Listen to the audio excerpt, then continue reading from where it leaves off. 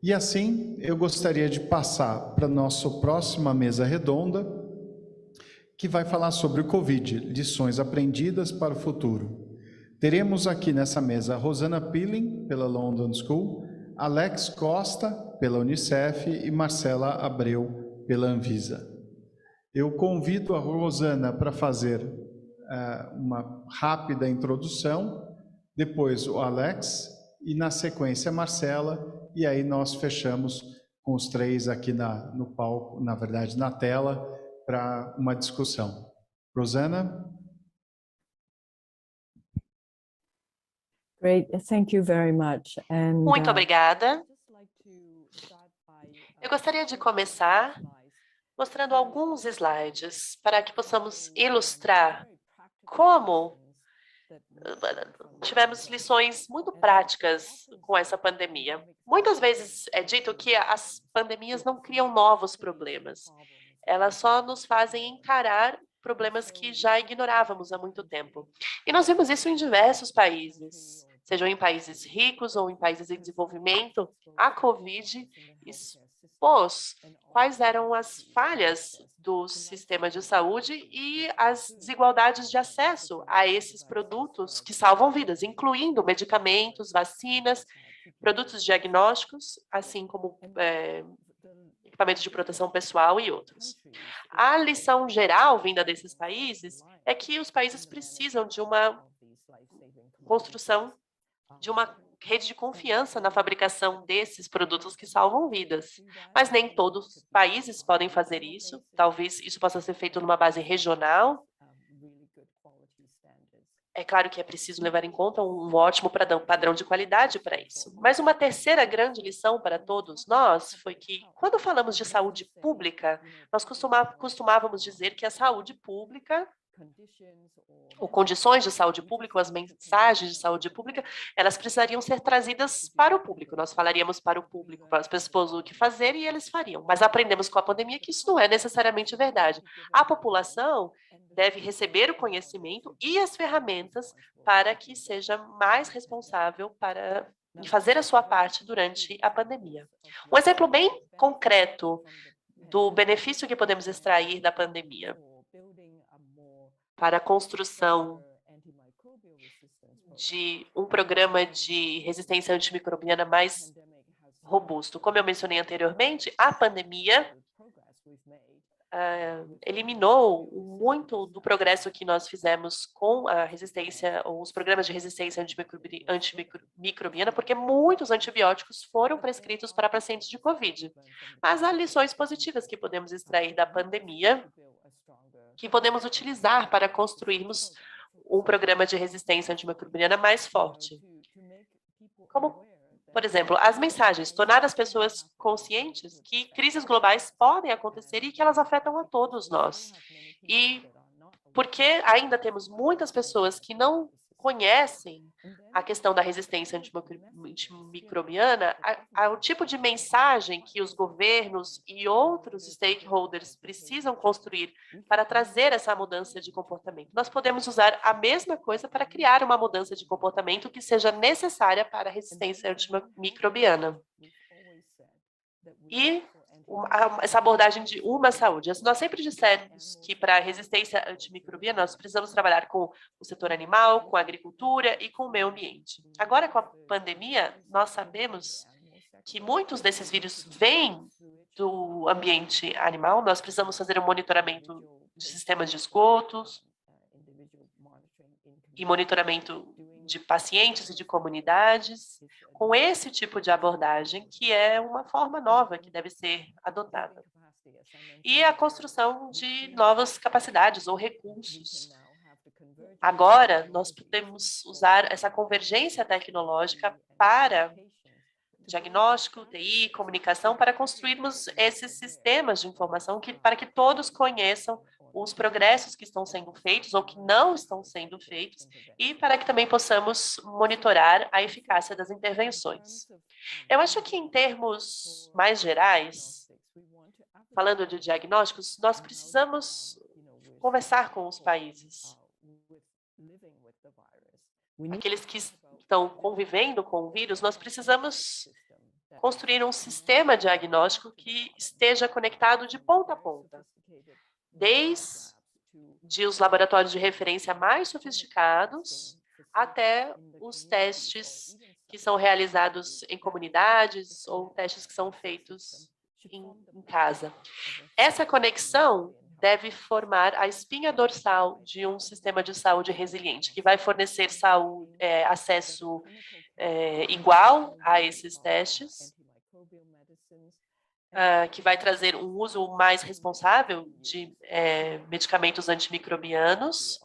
E também é importante analisar os dados locais epidemiológicos para ajudar os médicos a tomarem melhores decisões, porque eles podem interpretar os resultados dos testes no contexto epidemiológico local. Um sistema como esse seria como os olhos e os ouvidos do sistema de saúde. E, a partir dele, alertas mais precoces sobre qualquer situação incomum no sistema de saúde poderia ser detectada. E, através de um painel ou um sistema, diariamente essas informações poderiam ser exibidas para informarmos a população e outros agentes ou os legisladores, por exemplo, para que possamos ter uma ação coletiva, seja com relação à resistência antimicrobiana ou HIV, ou qualquer doença específica ou um novo surto. É importante ter uma forma de trabalharmos juntos. E esse sistema conectado, como eu disse anteriormente, permitiria que esses dados de teste se transformassem em dados inteligentes para informar as estratégias de controle. Então, de forma bem prática, nós já vimos que a pandemia de Covid, muitos países aumentaram as suas capacidades de recurso de teste PCR, agora os países permitem mais altos testes, estão construindo sistemas de vigilância mais robustos para que essa informação seja passada de forma mais eficiente, e agora tem boas habilidades desenvolvidas para a informação da população com relação a questões de saúde pública. Então, essas são questões que trazem esse benefício cruzado a partir de agora. E esse é o final da minha apresentação. Muito obrigada. Obrigada, Rosana. Foi ótimo ter essa apresentação para que possamos evoluir. E temos visto uma mudança na tecnologia, uma mudança na forma como realmente olhamos para questões tradicionais. A pandemia pode não ter criado isso necessariamente, mas com certeza acelerou muito. Eu gostaria de convidar o Alex Costa, que é responsável pela área de laboratórios na Unicef. E, antes de mais nada, o Alex é brasileiro também, já está em Nova York há alguns anos. Ele já teve uma participação na OMS, no Camboja, em outros países, e uma carreira brilhante na área de diagnóstico. Alex, por favor, seja bem-vindo. Obrigado por ter aceito o convite. Fique à vontade aqui para começar a sua apresentação. E ele Obrigado, é de Brasília. Carlos. Na verdade, você nasceu em Brasília ou Nasci foi em no São Rio? Paulo, cresci em Belo Horizonte e depois vivi em Brasília por 13 anos antes de mudar para fora do Legal. país. Eu estou tentando compartilhar o meu slide e não sei porquê, eu não estou nem vendo a minha tela. Eu mandei a apresentação para vocês. Você Seria mandou pelo possível slide, projetar? pelo WhatsApp ou Não, e-mail? mandei via por e-mail. Deixa eu ver.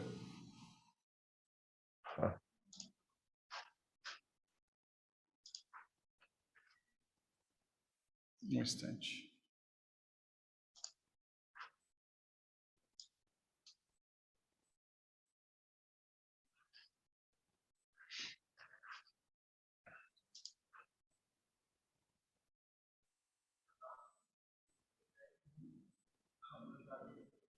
Oi? Só um instantinho. Desculpe a inconveniência, não sei porquê. Eu não consigo nem ver a minha tela.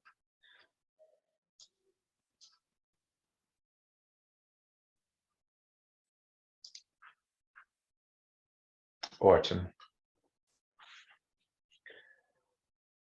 Bem, boa tarde, todo mundo. I'll do the presentation in English because the slides are in English and I'll do it slowly, so Vou fazer a apresentação em inglês, porque os slides estão em inglês, e eu vou tentar fazer de forma devagar para que os intérpretes possam me acompanhar.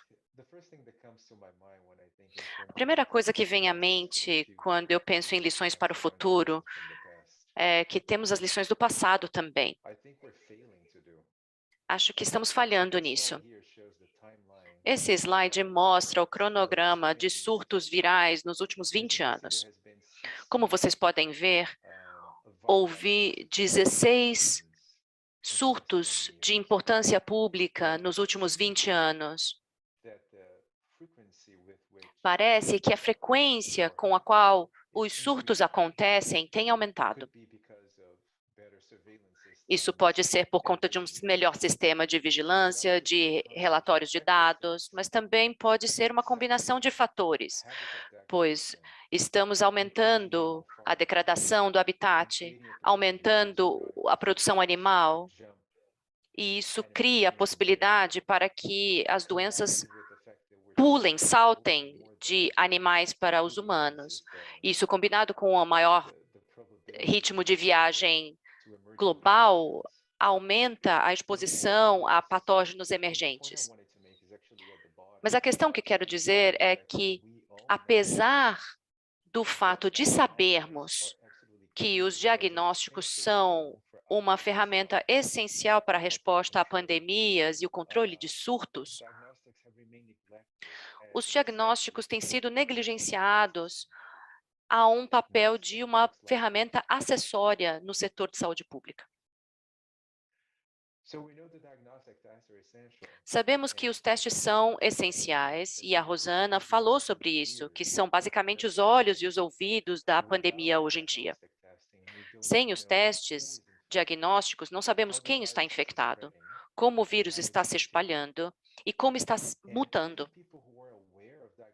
Mesmo as pessoas que sabem dos diagnósticos têm dificuldade de entender a diversidade de papéis que os testes têm,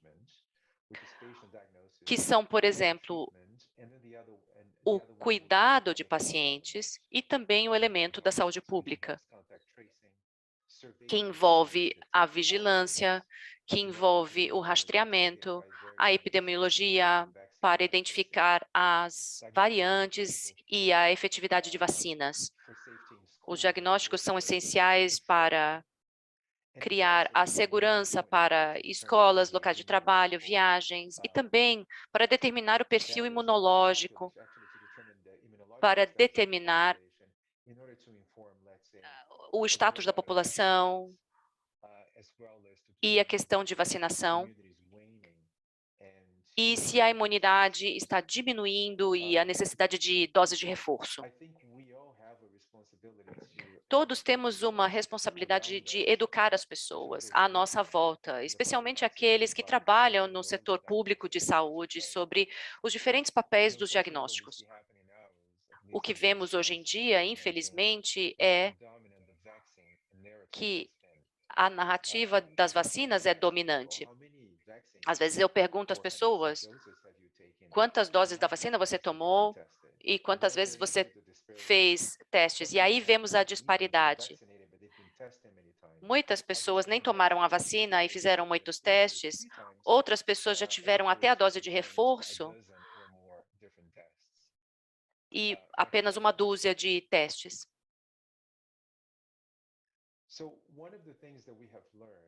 Uma das coisas que aprendemos na questão da resposta à Covid-19, que é importante para o futuro, é que continuamos a operar em silos. Nós pensamos nos diagnósticos ou nas vacinas, ou medicamentos, ou no sistema de saúde, quando precisamos de uma resposta integrada.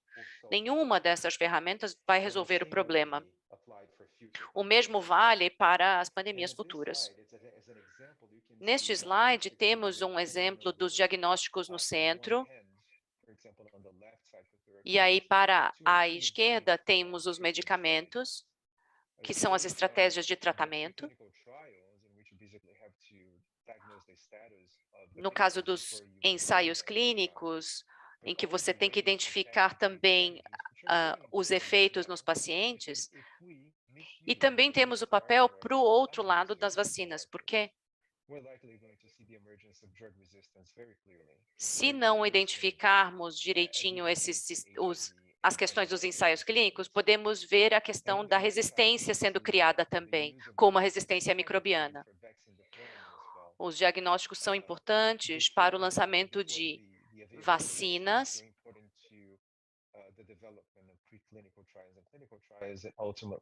no caso dos ensaios clínicos,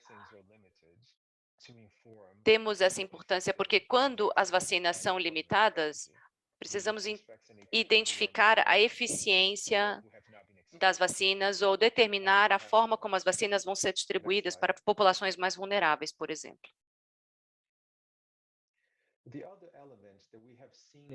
O outro elemento que vimos no passado e que temos visto mais do que nunca é a importância da integração de ciências sociais na resposta. Vocês não podem ver todos os itens listados na esquerda, mas vocês vão receber a apresentação.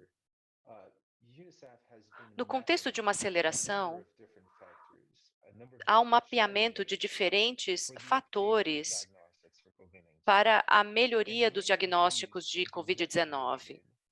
Muitos deles estão relacionados com a epidemia de falta de informação que temos enfrentado durante a pandemia.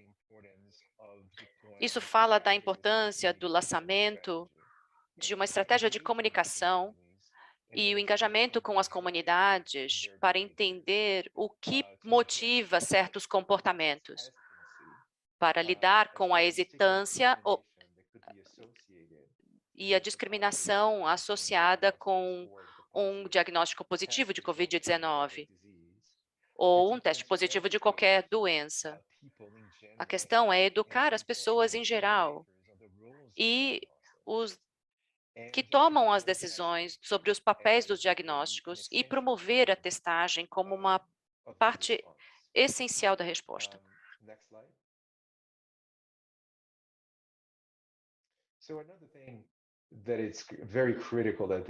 Outra questão que é muito importante nesse momento é que é totalmente necessário investir nos diagnósticos.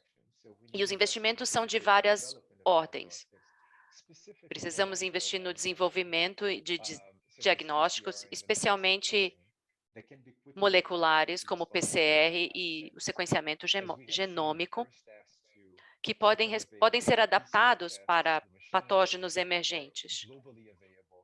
Nós temos visto que há testes que são muito fáceis de se adaptar. Outra questão seria investir em tecnologias digitais para apoiar os diagnósticos. Isso inclui a interpretação de resultados que estão sujeitos a erros humanos, a gestão da qualidade desses resultados, a gestão de dados, para que os resultados sejam relatados para as autoridades nacionais, para monitorar a situação epidemiológica. Também para a questão de gestão de recursos. Investir em tecnologias de point of care, como os autotestes, porque isso permite a descentralização dos testes fora dos laboratórios e fora do sistema público de saúde e aumenta o acesso a testes, no caso de comunidades. Isso está acontecendo de forma acelerada durante a Covid, mas é algo que estamos aprendendo ao longo do tempo. O último ponto é o investimento no ecossistema de diagnósticos. Não é possível fazer a descentralização se não investirmos nos sistemas necessários de apoio. Então, no caso, o transporte, a capacitação de recursos humanos, uma gestão da cadeia de suprimentos, gestão de dados e biossegurança são alguns exemplos. A capacidade de recursos humanos tem sido um problema há décadas, por exemplo. E isso está acontecendo novamente. Mesmo com as tecnologias disponíveis e a redução de custos, ainda temos um gargalo em muitos países, que é a falta de força de trabalho que seja capaz de fazer os diagnósticos. Não é suficiente ter testes se não temos as pessoas, se os governos não investirem em sua força de trabalho para ter uma resposta mais rápida.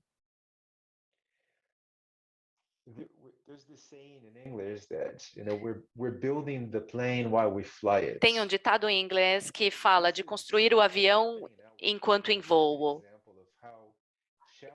Esse é um exemplo de como é desafiador entender como lançar diagnósticos quando há tantas questões desconhecidas e tantas dúvidas. E essas questões continuam a surgir diariamente, porque estamos lidando com uma situação muito dinâmica hoje em dia.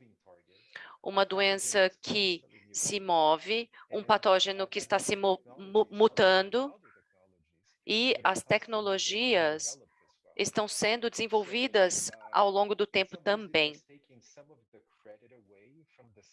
Isso tirou um pouco do crédito da ciência, por exemplo, o que não é real. É importante entender que nós não temos muitas respostas, mas essa é a razão porque é preciso investir em pesquisa para determinarmos o desenvolvimento e a distribuição de diagnósticos à medida que evoluirmos.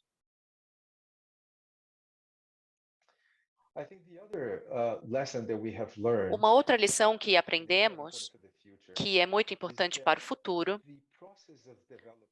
é que o processo de desenvolvimento de orientações internacionais, lideradas pela OMS, por exemplo, podem não ser adequadas para uma situação como essa, como a COVID-19, num ambiente tão dinâmico, como uma situação nem tão complexa quanto essa. Existem muitos momentos em que países e seus governos precisam de mais orientação de como utilizar testes diagnósticos e outras ferramentas, mas o processo para desenvolvimento leva muito tempo e é baseado em resultados publicados em revistas científicas, e isso limita a velocidade do desenvolvimento de orientações, e isso causa muitas falhas, porque a falta de orientações em termos de organizações internacionais, os próprios países tentam fazer o que melhor conseguem, e às vezes isso não é adequado. Então, precisamos de um desenvolvimento de orientações mais ágil, para que ele seja tão dinâmico quanto uma pandemia como hoje. E o último ponto, que foi o que a Rosana também mencionou, é a importância de uma abordagem de saúde única. Essa pandemia expôs como a questão humana, animal e ambiental se interconectam. Acho que a importância dos diagnósticos em termos de saúde humana é algo que deveria ser expandido para lidar também com a saúde animal, assim como a saúde do meio ambiente. Existe um papel muito maior, e só quando tivermos uma abordagem global é que poderemos prevenir e lidar com alguns dos desafios que teremos no futuro. Um dos mais importantes é a questão da resistência microbiana, que a Rosana comentou, que não pode ser abordada sem uma abordagem de saúde única. Essa era a última das coisas que eu gostaria de reforçar. Vou parar por aqui e passo a palavra de volta para vocês, para depois termos uma discussão.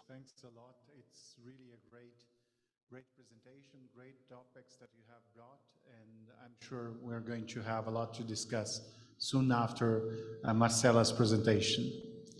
Marcela Abreu, gerente de diagnóstico in vitro da Anvisa, grande colaboradora da Aladive também, já há vários anos, tem feito essa grande jornada conosco. E a Anvisa, este ano, mais do que nunca, esses 2 últimos anos, ela se esforçou, se virou do lado avesso para trazer realmente avanços e garantir o acesso da população a testes cada vez mais rápidos. Então eu gostaria, Marcela, por favor, the floor is yours, fique à vontade para fazer sua apresentação. Obrigado. Obrigada, Carlos. Eu queria cumprimentar a todos, inclusive aos organizadores do evento, pela oportunidade de poder falar a respeito das lições aprendidas nesse quadro do Covid, né?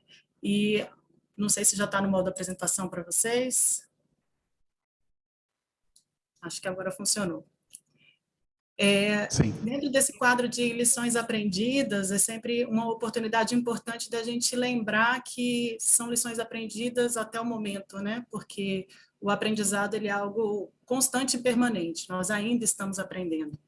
E quando a gente vai falar a respeito de novos agentes etiológicos, né, como muito bem colocado, tanto pela doutora Pillen quanto pelo doutor Alex, são situações que fazem parte do fluxo do desenvolvimento e da interação nossa, né, com o meio ambiente. Então, a gente tem lembranças muito claras de outros enfrentamentos que a gente já fez com novos agentes etiológicos, e que fazem parte da nossa memória recente, né, e que talvez tenham sido não muito valorizados, né, quando a gente fala num quadro de pandemia, no impacto que foi o coronavírus. Então, o mais comum entre eles é o próprio HIV, né, de importância também global, os quadros em 2003 e 2006, né, da gripe aviária, que são situações que também exigiram de todo o segmento o empenho para a gente conseguir administrar, né, e controlar quadros como esse, as arboviroses, né, que nos anos de 2014 e 2015, além da febre amarela e da dengue, que já eram de grande relevância, principalmente para os países tropicais, a gente teve aí o surgimento da chikungunya e do Zika vírus, né, que foi importante também para um público específico, que eram os gestantes, pelos quadros de microcefalia que ficaram associados a esse novo agente, né, e alguns outros, como o próprio vírus Maiaro, que não ganhou um destaque muito grande, mas vários outros agentes estão surgindo, né, e o coronavírus ele não está sendo, então, o primeiro, e provavelmente não vai ser o último, né, que nós vamos enfrentar ao longo desse fluxo de convivência, né, e de acompanhamento de evolução biológica. Então, o que a gente tem como uma percepção muito clara com o quadro do Covid é que o que mostra para a gente da diferença dele em relação aos outros enfrentamentos que a gente teve é que ele acabou trazendo desafios maiores pela proporção, né, pela intensidade com que ele trouxe essas mudanças, né?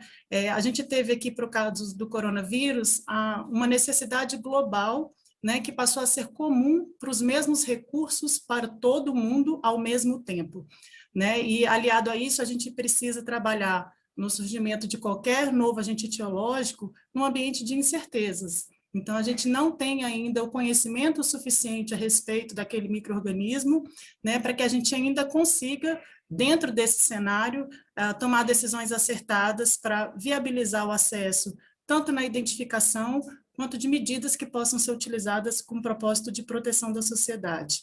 Então, aliado a isso, a gente precisa ter uma vigilância constante para acompanhar todos os impactos que podem estar relacionados às decisões e ao próprio micro-organismo, enquanto o conhecimento vem sendo construído. Então, a atividade colaborativa, ela se mostra como extremamente relevante, né, nesse contexto, e a primeira grande lição que a pandemia do coronavírus trouxe é a necessidade de trabalhar a flexibilidade. E, como bem colocado aqui já anteriormente, né, a importância do IVD, ela se destaca principalmente porque ele não está só na linha de frente, né? A gente, quando fala do IVD, ele está envolvido em todo o contexto, em toda a cadeia desse acompanhamento, né? Então, tanto para a etapa de diagnóstico, a gente conseguir fazer a identificação de um agente, né, para poder desenvolver medidas de controle, quanto no próprio prognóstico, né, o acompanhamento das condições de saúde de alguém que esteja doente, né, independente de que tipo de circunstância que se encontre, também no outro lado, quanto à construção do conhecimento. Então, para que a gente possa conhecer mais informações a respeito de um agente, a gente precisa estudar, né, investir na parte de pesquisa e também utilizando os produtos. Então, a relevância dos produtos para diagnóstico in vitro, ela está à linha de frente para a tomada de decisões estratégicas, né, e para todo o quadro de evolução que a gente precisa no monitoramento da saúde. Então, no contexto regulatório, algumas medidas foram muito destacadas, né, como uma questão inicial de tratamento no quadro da pandemia. Então, o primeiro ponto que a gente precisou trabalhar foi aliar as necessidades ao acesso, né? E o ponto de partida da agência reguladora foi focar na priorização da análise dos processos de registro de produtos, né? Inicialmente, quando o quadro foi instalado, a gente tinha, além do coronavírus, a gente tem também outros vírus respiratórios que já eram circulantes e conhecidos, e que a gente pensou também na questão do diagnóstico diferencial. Então, a gente teve como alvo principal trabalhar a priorização de análise dos pedidos de registro, tanto de coronavírus quanto de vírus respiratórios, mas que com a escala e com o tempo, né, o volume da demanda, fez com que a gente focasse os esforços exclusivamente nos produtos para coronavírus. Então, na descoberta de um agente etiológico como esse, né, na época em que ele foi divulgado, a gente tinha como opção para identificação do vírus 2 protocolos que foram divulgados, né, foram compartilhados, que era o protocolo do CDC e o protocolo de Charité, que permitiam que os países pudessem, então, implementar metodologias in-house, né, adquirir insumos e validar esses insumos em cima desses protocolos, para conseguir iniciar essa etapa de identificação até que produtos comerciais também estivessem disponíveis. Pensando ainda no foco da priorização de análise, a gente precisou trabalhar num segundo ponto, que era a agilidade na resposta. Então, a gente criou uma meta desafiadora de 15 dias para manifestação em pedidos de registro, e essa meta ela só foi possível de ser atingida pela agência pela dedicação, empenho e comprometimento da equipe de diagnóstico in vitro da Anvisa.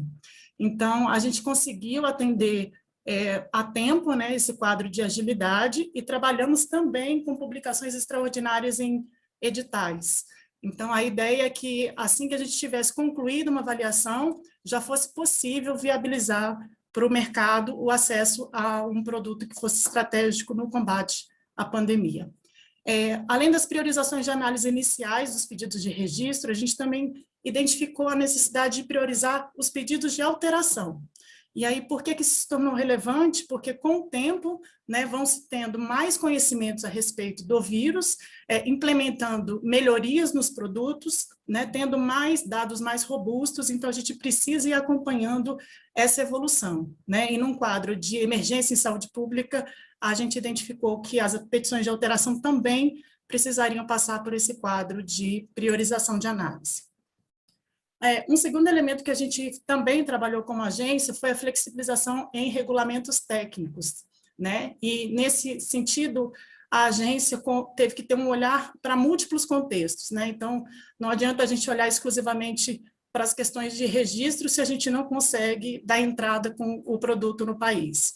Então, dentro dos principais pontos que envolveram os produtos para diagnóstico in vitro, a gente trabalhou numa flexibilização de um regulamento para registro emergencial, que ela permitia a gente fazer análise com dados preliminares, né, com um número reduzido de amostras, por uma condição que trazia a autorização de entrada do produto no mercado para um período mais curto, que foi de 1 ano. Ainda trouxe também a prerrogativa das empresas conseguir, ao longo desse ano, obter mais informações a respeito do produto, né, dados mais robustos, e assim converter esse registro para um registro tradicional, que é de 10 anos de validade. A parte de boas práticas de fabricação também precisou trabalhar com contextos de flexibilização, Principalmente porque foi para o quadro do coronavírus decretada a situação do lockdown, né, em muitas situações, que impediram o deslocamento para fazer uma inspeção em loco. Então, a gente passou também a aceitar informações obtidas a partir de outros organismos reguladores e também por organismos notificadores reconhecidos pela agência. A importação de dispositivos essenciais também precisou passar por uma flexibilização para que a gente pudesse dar o suporte necessário para o mercado, né, para aqueles produtos que eram fundamentais. As farmácias também a gente teve a ampliação do serviço de testagem para as farmácias, né, o que trouxe maior capilaridade na obtenção de informações do quadro de saúde da população. E trabalhamos também, dentro desse contexto, na anuência excepcional para ampliar a validade de produtos que já estavam registrados. Quando a gente tem o desenvolvimento de um produto, ele é feito, geralmente, a avaliação de estabilidade por um estudo acelerado, né, em que se estima um prazo de validade.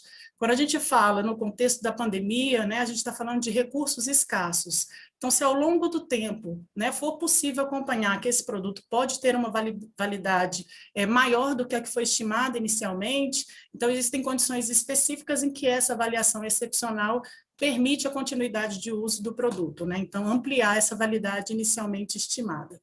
Então, essa parte da flexibilização dos regulamentos técnicos, ela foi um ponto importante para a agência.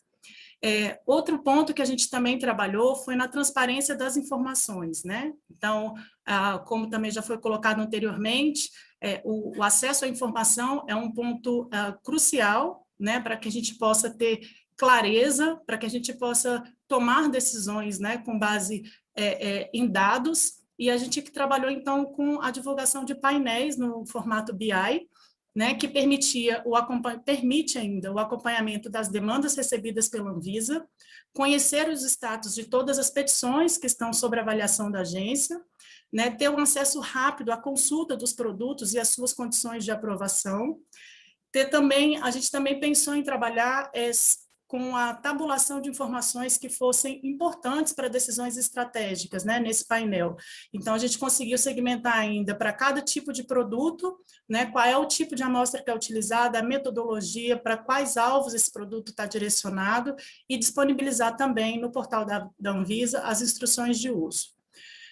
Aliado a isso, a gente também tem painéis que trabalharam um programa de monitoramento da qualidade dos produtos no mercado, e nesse ponto, eu acho que teve uma iniciativa bastante importante, não só do aspecto da vigilância, né, que precisa ocorrer do Estado como um todo, né, na qualidade dos produtos que estão disponibilizados, mas também da iniciativa do próprio setor privado, né, e identificar a necessidade desse acompanhamento, desse monitoramento, por um trabalho, de fato, que tem que ser colaborativo com a participação de todos.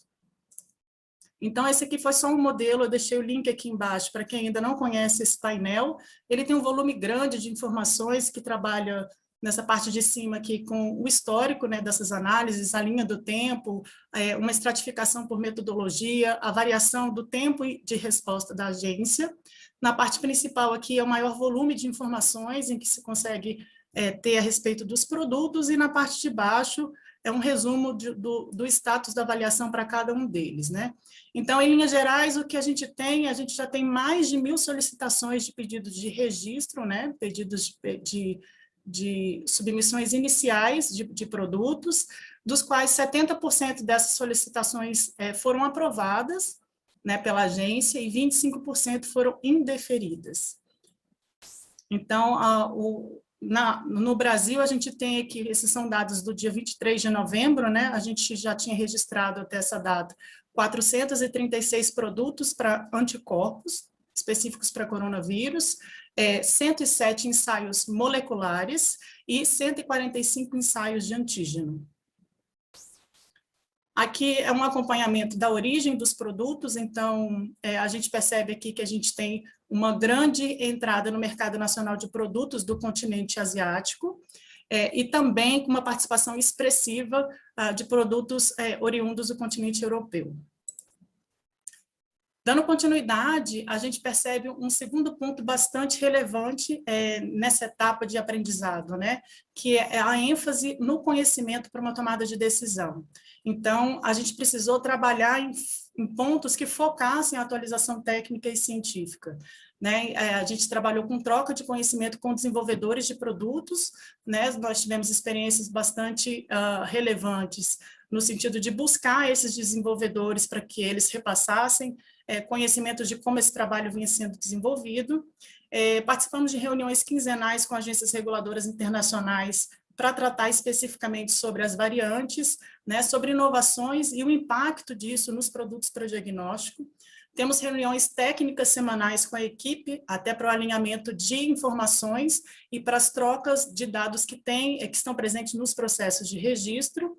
Trabalhamos também com a diversificação de fontes de atualização científica, né? Então, a atualização técnica é um ponto bastante relevante. E quando a gente vai falar da avaliação de cenários e riscos, né, a gente não pode desconectar isso de um contexto vinculado voltado à comunicação e integração. Né? Então, eu acho que a primeira questão aqui, que foi uma necessidade também para todo mundo, foi de uma adequação ao modelo de trabalho remoto, né, que também impactou as atividades da agência, e essa questão da interação com diferentes áreas, né, que têm interesse em informações comuns. Então, a gente fala aqui em novos stakeholders, né, novas frentes de importância aí nesse quadro de informações, principalmente vinculada à questão da comunicação e integração. Então, a gente passa a lidar com uma interação maior com a mídia, com o poder judiciário, legislativo, agências internacionais, com o setor regulado, com o cidadão, com os pesquisadores. Então, assim, todos estão envolvidos, né, nesse cenário de informações. E é importante também ter esse acompanhamento dos alertas internacionais, né, de tudo que vem acontecendo. Então, a gente não pode tirar do horizonte as mudanças no contexto científico, né, nessa construção de conhecimento, e o panorama mundial. Então, a gente tem aí as variantes que são de importância, né, as questões que estão vinculadas à disseminação do vírus e as medidas que podem ser tomadas para o controle, e o quadro da vacinação, o perfil. Então, a gente vai tendo várias etapas diferentes nesse quadro de pandemia. Né? E a gente percebe que existe uma tendência tecnológica para o setor de diagnóstico, que é principalmente alavancada para o desenvolvimento de produtos do tipo point of care testing, né, que a gente já via um crescimento para esse setor, mas a gente vê que há um impulso, há um empenho ainda maior, agora um crescimento significativo para esse segmento.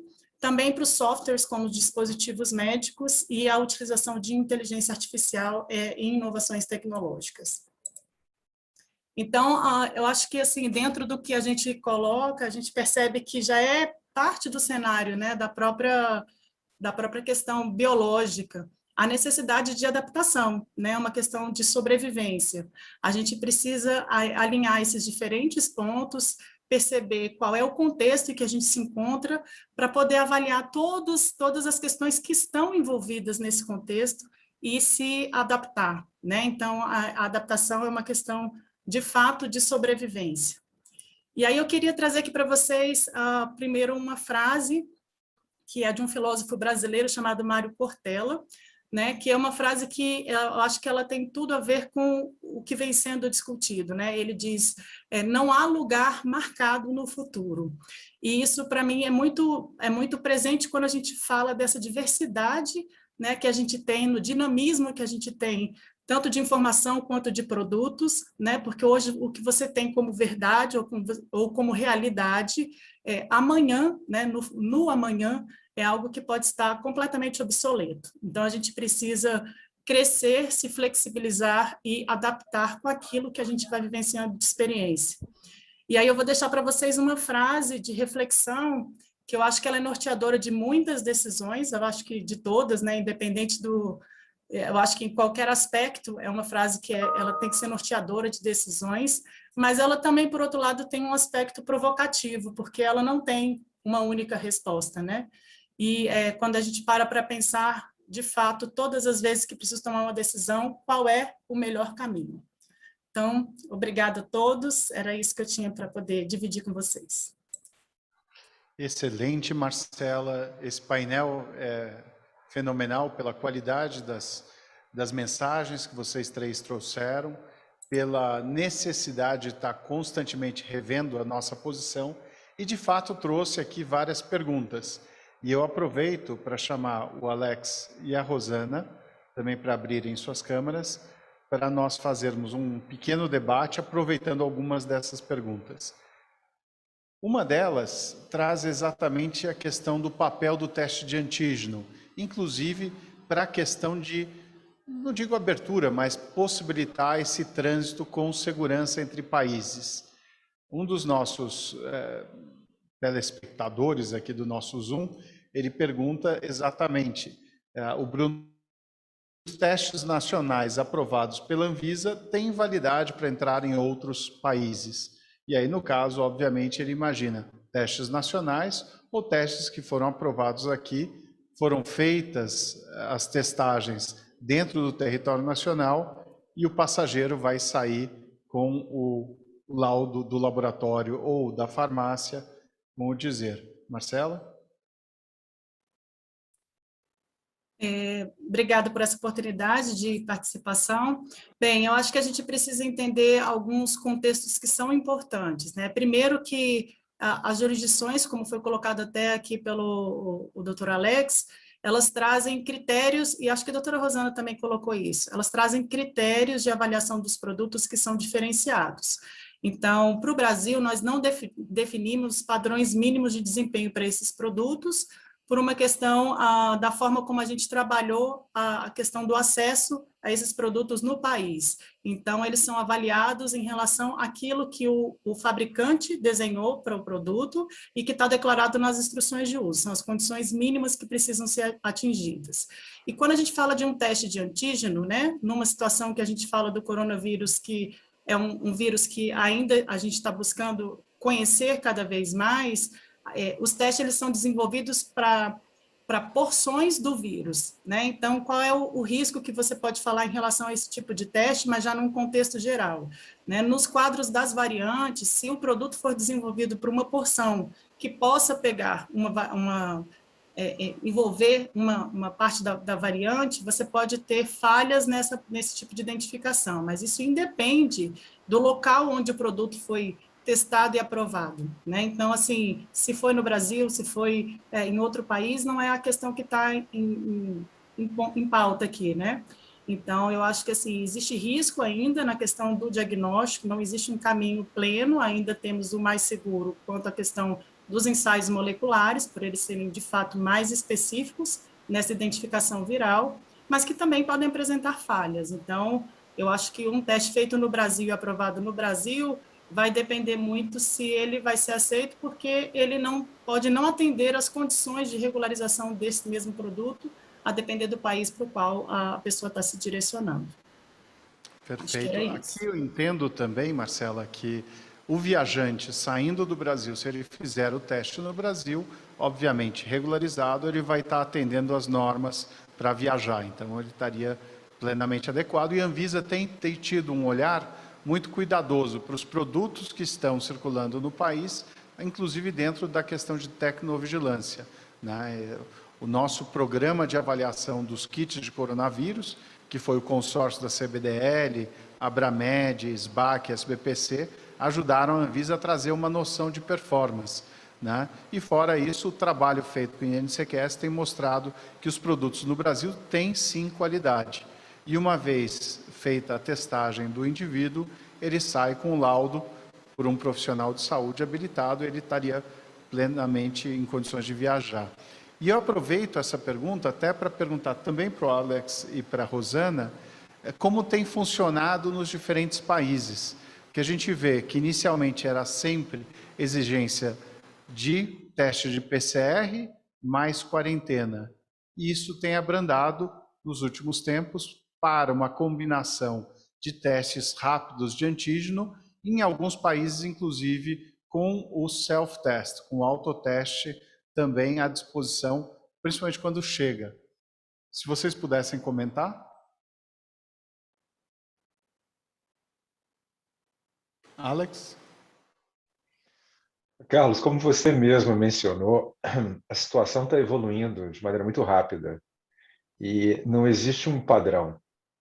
À medida que as agências regulatórias nacionais aprovam o uso de testes de antígeno, por exemplo, ou self-tests, eles passam a ser integrados na política nacional. Mas não existe um padrão. E, na verdade, isso fala da necessidade, por exemplo, do valor, não tanto da necessidade, mas do valor da harmonização regulatória, principalmente do ponto de vista regional. Então, o fato é, a gente está lidando com we're building the plane while we fly it, e a situação A gente continua evoluindo de maneira muito dinâmica. Rosana, over to you.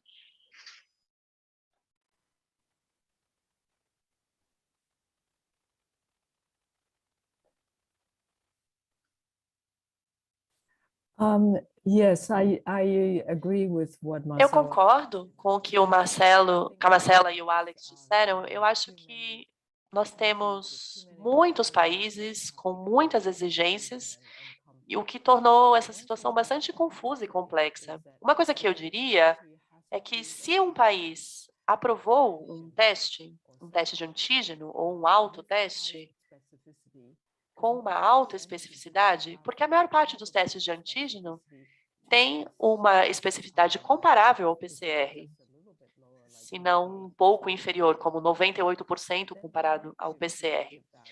Então, o valor preditivo negativo desses testes se torna bastante alto também, e são totalmente aceitáveis. Então, se o que precisamos é um teste, não para identificar um caso, mas para garantirmos que uma pessoa está negativada para que ela possa viajar ou para que possa participar de um evento, e aí um teste de antígeno, no geral, seria suficiente. Por agora, embora ainda não tenhamos padrões muito rígidos ou um consenso internacional sobre esse ponto. Mas esse é o valor. É por isso que os testes de antígeno e os autotestes se tornaram disponíveis. E as pessoas os utilizam só para garantir que ainda estão testando negativo. E eu acho que para a maior parte dos países, se o seu teste de antígeno deu negativo, mas temos motivos para pensar que você talvez tenha tido contato com pessoa positiva, ou se você tem sintomas, aí, claro que é preciso fazer um teste de PCR. Mas para a maior parte das pessoas, dentro de uma comunidade que querem saber se estão negativos para esse vírus ou não, um teste de antígeno com uma especificidade razoável, de mais de 80%, comparado ao PCR, seria suficiente. Então, eu acho que podemos trabalhar dessa forma agora. Nós temos um trabalho muito interessante, que é o que o Alex mencionou, com ACTAE, que faz parte de um grupo que está trabalhando nas 3 vertentes. Terapia, com os medicamentos, aí anticorpos monoclonais, antirretrovirais, as vacinas, que houve já uma evolução muito grande, e nos próprios testes. Dentro disso, como ele mostrou, existe uma tendência de se procurar comprar, na verdade, uma expectativa de compra de mais de 1 bilhão de testes, na sua maioria testes rápidos, para os países em desenvolvimento, que têm necessidade de continuar monitorando. Isso é uma coisa que já está acontecendo. Amanhã nós veremos uma apresentação do FIND, que vai falar exatamente sobre isso, desde o ponto de vista de tecnologia, ou seja, pesquisa e desenvolvimento, até chegar na situação de entrar na casa do consumidor, que é o conceito do autoteste, que é mais uma ferramenta. No caso da Inglaterra, alguns outros países, eles de fato usam como um complemento da testagem. A pessoa chega e ela não só pode ser testada na chegada, como ela leva para casa alguns testes para verificar de tempos em tempos. E aí, Marcela, eu até pergunto como você enxerga tanto a entrada de outras tecnologias, então point of care, como que a Anvisa está se preparando em termos de horizonte tecnológico, como até a questão dos novos testes em novos ambientes, que é uma discussão que está sendo feita pela revisão da RDC 302, e a Gerência Geral de Serviços da Anvisa. Hoje eu falei com o gerente geral, o Guilherme, e ele comentou que está bem evoluída para logo, logo nós termos já uma consolidação e se avançar nessa discussão.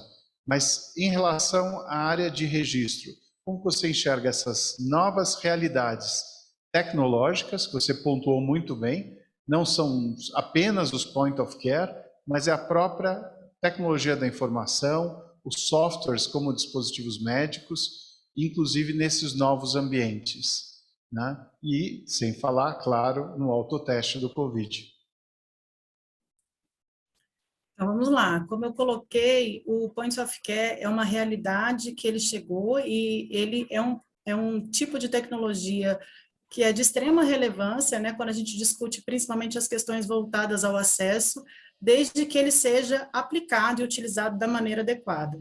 Então, quando a gente fala em Point of Care, a gente tem algumas preocupações, né, na perspectiva regulatória, porque que envolve, né, a qualificação profissional e o treinamento, os controles de qualidade que podem ser aplicados a esses produtos, né, a questão de estrutura física, né, que envolve lá todas as etapas de gerenciamento e infraestrutura, quando esse tipo de produto requer uma instalação, por exemplo, por menor que ele seja, ele tem produtos que requerem instalações, e isso vai levar também ao gerenciamento de manutenções preventivas, por exemplo, né, essa questão também do gerenciamento de dados e privacidade do usuário. Então, essa parte também é uma parte relevante quando a gente fala de informações sensíveis, né? A gente tem uma questão voltada, inclusive, à Lei de Acesso à Informação no Brasil. A viabilidade desses produtos, a necessidade de acompanhamento e monitoramento. Então, assim, ele tem, de fato, um espaço e uma relevância importante de aplicação, e é um segmento que vem crescendo. Então, a gente precisa trabalhar em minimizar os riscos do erro de um resultado, que podem estar voltados ao produto ou que podem também estar voltados à forma de utilização. Então, é preciso fazer algumas adaptações aí em contexto regulatório para poder avançar nesse ponto da ampliação de acesso a esse tipo de produto. Já quando a gente fala do autoteste, né, a gente está falando principalmente de questões voltadas a políticas públicas. Então, assim, a gente não pode introduzir um autoteste para uma doença de notificação compulsória, né, em que tem relevância e impacto em cima das ações públicas, sem que a gente tenha, de fato, uma política para conhecer claramente qual é o propósito, né, porque a gente está falando de um usuário leigo, né, que vai utilizar um produto sob condições que ele geralmente não domina, né, nem de conhecimento quanto ao tipo de produto, porque hoje a gente tem ensaios para antígeno, a gente tem ensaios para anticorpos nesse formato de autoteste, né? Então, assim, o que se espera com esse tipo de informação? Porque se a gente não avaliar isso dentro de um contexto de política pública, a gente pode também ter um efeito contrário daquilo que já foi feito, né? Então, você passa a ter uma informação que pode não ser válida por ela ter sido executada e obtida de uma maneira incorreta, digamos assim, né, por um uso inadequado do produto, e isso levar você a questionar as medidas de governo, né, quanto à questão da efetividade das vacinas, que é uma interpretação equivocada voltada aos produtos para anticorpos, né, quando você faz uma avaliação ali logo após um quadro vacinal, ou você também interpretar que você já está protegido, né, sendo que aquilo ali pode ser um retrato de momento, você teria que ter um acompanhamento para conhecer o que vem sendo estudado ainda, que não se conhece inteiramente sobre a imunogenicidade, né, que está vinculada ao coronavírus, por quanto tempo ela dura, qual é o título mínimo de anticorpos que se espera ter, qual é a taxa de decaimento desses anticorpos. Então, assim, são situações que precisam ser conhecidas, né? Dentro das políticas de saúde, precisa, então, ter propósitos claros para a gente poder entender até que ponto a ampliação do acesso, né, a um público leigo, e aí eu não estou falando mais dos serviços de saúde que podem ter múltiplas capilaridades, né, mas estaria falando de profissionais de saúde habilitados e qualificados. Mas a gente passa a falar para um público leigo, que não tem necessariamente o conhecimento básico para diferenciar questões de saúde. Então, tem que estar vinculado a campanhas educativas, a informação e a um objetivo claro, né, o que se pretende alcançar com esse tipo de produto. Então, assim, a agência, ela não tira de perspectiva esse tipo de avaliação, né, e a gente está aberto para conversar junto ao Ministério, né, junto aos desenvolvedores de políticas públicas, para a gente poder encontrar o melhor caminho para poder fazer o enfrentamento da questão da pandemia, porque no final acho que todo mundo está buscando o mesmo propósito, né? Ter o melhor resultado aí no combate e no controle, né, a esse vírus. Excelente, Marcela, obrigado pelas suas ponderações. E eu pergunto para o Alex e para a Rosana, como que esse dilema do público leigo versus o profissional tem sido tratado em outros países? Alex, se você quiser falar até da perspectiva do que tem sido discutido no ACTAI, acho que seria interessante. Rosana, why don't you go first? Rosana, talvez você possa começar? Perfeito. Eu acho que essa tensão entre essa abordagem de cima para baixo, de notificação, de doença de notificação obrigatória, onde você precisa ter o controle de quem está realizando os testes para saber quantos casos existem, nós já vimos isso com HIV. Nós já vimos isso durante anos. Nós usamos essa abordagem de cima para baixo para essas doenças de notificação obrigatória. Mas aí nós percebemos que, apesar de todos os nossos esforços, nós não atingiríamos certos grupos que têm um risco maior de transmissão, e de contaminação e de transmissão. Então, para o propósito de termos um controle mais forte dessas doenças e para que pudéssemos eliminar o HIV enquanto problema de saúde pública, nós precisávamos tornar esses autotestes disponíveis e reconhecer que os autotestes, como única forma de diagnóstico, eles não são um diagnóstico em si. Nós não estamos dizendo que qualquer pessoa que tem um teste diagnóstico feito em casa positivo já tem o diagnóstico de HIV. Essa é um auxílio para o processo do diagnóstico que precisa ser confirmado ainda. Então, muito trabalho foi feito para garantir que, independente da pessoa que estivesse realizando o autoteste, se essa pessoa tivesse alguma pergunta, havia um número 0800, por exemplo, para essa pessoa ligar, ou se o resultado fosse positivo, essa pessoa deveria procurar um serviço de saúde para confirmar o diagnóstico. Tudo isso durou os últimos 8 anos para o HIV. E há muitas lições que podemos aprender a partir daí. Porque agora, a pandemia de Covid-19, ela afeta a todos. É uma infecção respiratória que afeta a todas as pessoas. Nós precisamos expandir essa mesma mentalidade e passar a dizer, se eu fosse um indivíduo que fui a um casamento, onde acreditamos que não houvesse medidas adequadas de saúde, onde as pessoas não estivessem usando máscaras, e você está num cenário de bastante contágio, quando você volta para casa, você tem um pai idoso, um avô, seria bom se essa pessoa tivesse acesso a um teste só para ela saber e se sentir mais confortável no fato de estar negativa. Para não ter que fazer um isolamento voluntário após comparecer a um evento como esse, ou sentir a vontade para voltar ao trabalho, por exemplo. Então, em algumas circunstâncias, isso pode ser bastante benéfico, mesmo com o avanço da vacinação. Eu acho que sim, se você está sentado no avião por uma viagem muito longa, você preferiria se sentar ao lado de uma pessoa que está vacinada ou uma pessoa que fez um teste nas últimas 24 horas? E eu diria, com certeza, uma pessoa que fez um teste nas últimas 24 horas, porque as vacinas não previnem a infecção. Então, e as pessoas dizem, mas e um teste PCR?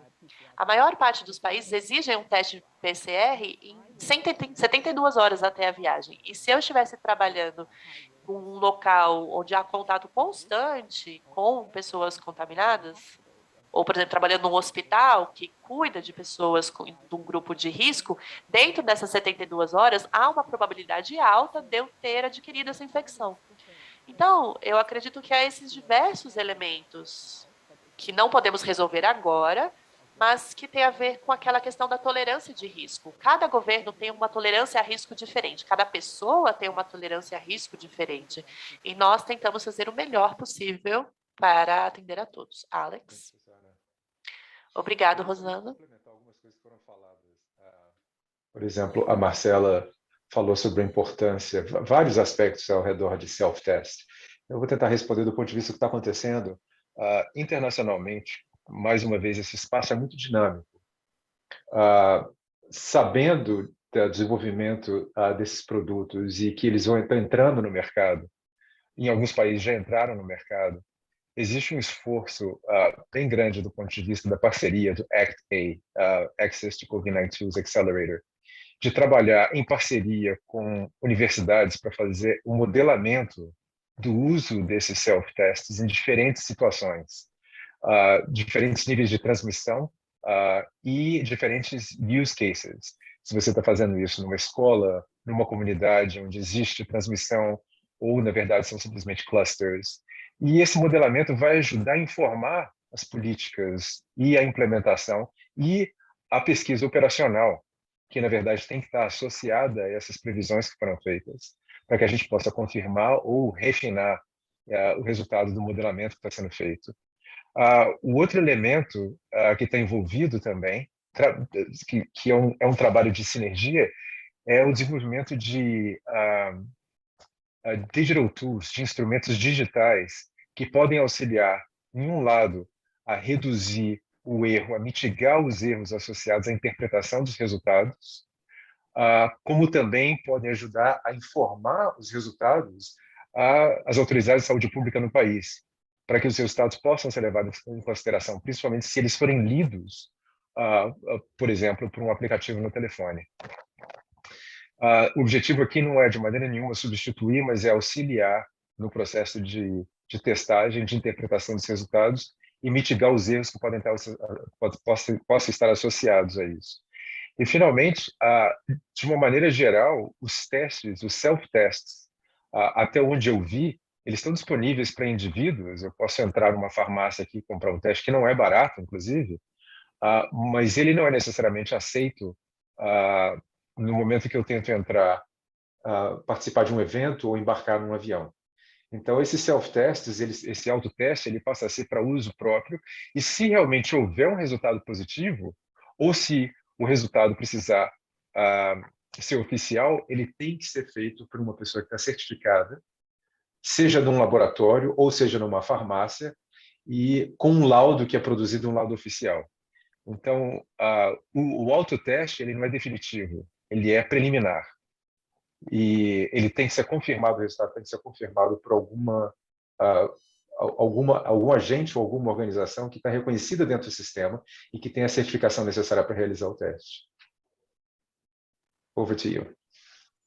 Excelente, Alex. Acho que a gente tem vários pontos para discussão, mas uma coisa, todos nós estamos certos de que está acontecendo. As pessoas pararam de se testar.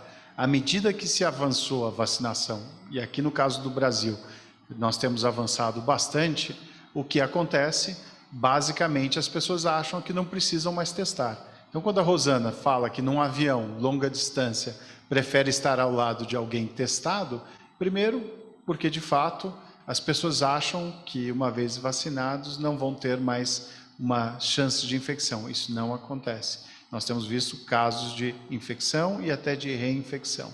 O teste, ele faz exatamente esse papel de dar uma informação precoce e precisa sobre o status da pessoa e aí adotando determinadas medidas, seja o tratamento, seja a questão do rastreamento de contatos e demais cuidados necessários. Então, o que a gente chega aqui é, todos nós estamos seguros de que o diagnóstico é a melhor ferramenta. Os testes, na maneira como eles têm se desenvolvido, eles têm conseguido, ao sair dos ambientes tradicionais, de buscar aquelas pessoas invisíveis para o sistema de saúde. Isso foi um grande ganho. A gente conseguiu trazer pessoas, seja para o sistema público ou saúde suplementar, que antes não iriam. Não iriam por causa da distância, por desconhecimento, medo, o que fosse. E agora elas já podem, seja através de uma farmácia ou, quem sabe, no futuro, numa clínica ou em algum outro lugar, desde que seja um ambiente de saúde com profissionais habilitados para ajudarem. E o autoteste, quem sabe, é essa ferramenta adicional, que pode dar um alerta, dar um sinal para que a pessoa de fato tome uma outra atitude. Então a gente percebe que existem várias tecnologias, Acho que o chamado da Marcela para os desenvolvedores de políticas públicas, ele é legítimo e necessário, então a gente aproveita esse evento para abrir o espaço. Nós teremos nesses 2 dias pessoas da Fiocruz, Cláudio Mairovich já se manifestou aqui, teremos pessoas do Ministério também com diferentes falas, e o intuito de todos é exatamente o de prover ao cidadão, seja ele visível ou invisível para o sistema, as melhores ferramentas. Então, eu agradeço, deixo aqui para uma palavra final para cada um de vocês 3, antes de chamar a próxima mesa redonda, agradecendo muito e tenham certeza, o nosso trabalho continua e nós contamos com vocês. Obrigado. Marcela, Alex, Rosana, last few words. Bem, eu acho que eu queria começar essa despedida, na verdade, como um agradecimento e parabenizar, porque eu acho que o espaço ele precisa ser cada vez mais presente para que a gente possa debater pontos como esse, né? Porque se a gente se apegar a um único ponto de vista, né, sem olhar diferentes perspectivas, quem desenvolve um produto desenvolve com um propósito, né? Quem está esperando o resultado de um teste, ela também tem ali uma expectativa, né? E quem trabalha na parte de regulação tem um olhar em relação ao risco. Então, acho que quando a gente muda a perspectiva, né, sobre que olhar eu estou olhando para uma determinada situação, talvez eu consiga enxergá-la de maneira diferente. Então, eu valorizo bastante os espaços que abrem essa oportunidade de debate, de conversa. Eu acho que as pessoas precisam se munir de informações sobre produtos, tecnologias e aplicações, para que possam, de fato, colocar ali aquilo que eu coloquei como uma pergunta de desafio: qual é a melhor decisão, né? De fato, qual é o melhor caminho a se tomar e por que fazer essa escolha? A gente vai conseguir avaliar os impactos, a gente vai conseguir buscar ali a melhor resposta. Então, eu acho que o que a gente precisa é exatamente disso, é de um espaço para poder conversar e entender que existem diferenças, às vezes, nas comparações que a gente faz, né? Principalmente de eu falar de um autoteste de HIV e um autoteste de COVID, eu tenho um panorama bem diferente, mas eu acho que são construções bastante válidas e fica aberto aí o convite para todo mundo que quiser conversar sobre qualquer tema, que vocês realmente possam viabilizar esses espaços. Então, obrigada pela oportunidade de estar aqui, de participar com vocês desse evento. Obrigado. Alex? Vou terminar dizendo a mesma coisa que a Marcela disse, que é muito obrigado pelo convite para participar do evento, pela oportunidade de falar sobre algo que é tão importante para todos nós.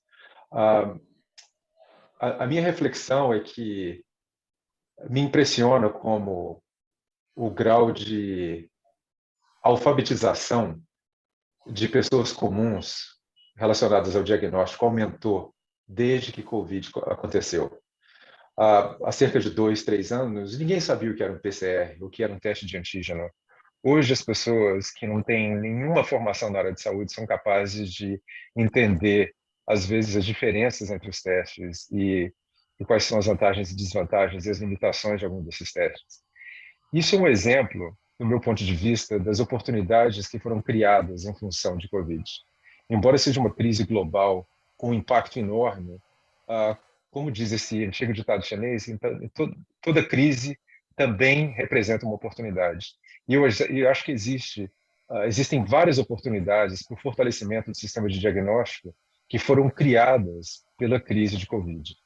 E cabe a nós, que trabalhamos nessa área de diagnóstico, reconhecer onde essas oportunidades existem para fortalecer o sistema de diagnóstico, porque como o número de eventos de infecções virais, sejam surtos, epidemias ou pandemias, continua aumentando, é muito provável que a importância de diagnóstico continue aumentando com o tempo. Então, um melhor exemplo nesse caso que a gente acabou de discutir é a resistência a microbianos, que precisa de muito diagnóstico também e que, na verdade, era uma pandemia silenciosa, que vem se espalhando há muito tempo já. Então, a minha reflexão final aqui é que cabe a nós, que trabalhamos nessa área, tentar identificar onde é que estão as oportunidades para o fortalecimento do sistema de diagnóstico para o futuro. Perfeito, Obrigado. Alex. Rosana, 2 words, and then we go to the next roundtable. Rosana, suas últimas palavras. I'd like Sim, eu gostaria então de dizer a mesma coisa que a Marcela e o Alex disseram. Nós estamos num ambiente de saúde muito diferente do passado. Como o Alex disse, nós não podemos mais trabalhar em silos. Todos têm de entender que, como a Marcela disse, todo mundo, como por exemplo, cada empresa, os reguladores, os legisladores, todo mundo tem um ponto de vista diferente. E é por isso que fazemos as simulações, para trazer as perspectivas diferentes para o mesmo espaço, para que as pessoas então entendam a complexidade das decisões que outras pessoas têm de tomar. E então valorizar toda essa questão. Outra mudança no ambiente sanitário que tem acontecido, mas que tem se acelerado também para nós, é a abordagem de cima para baixo. Hoje precisamos pensar numa combinação em como aprender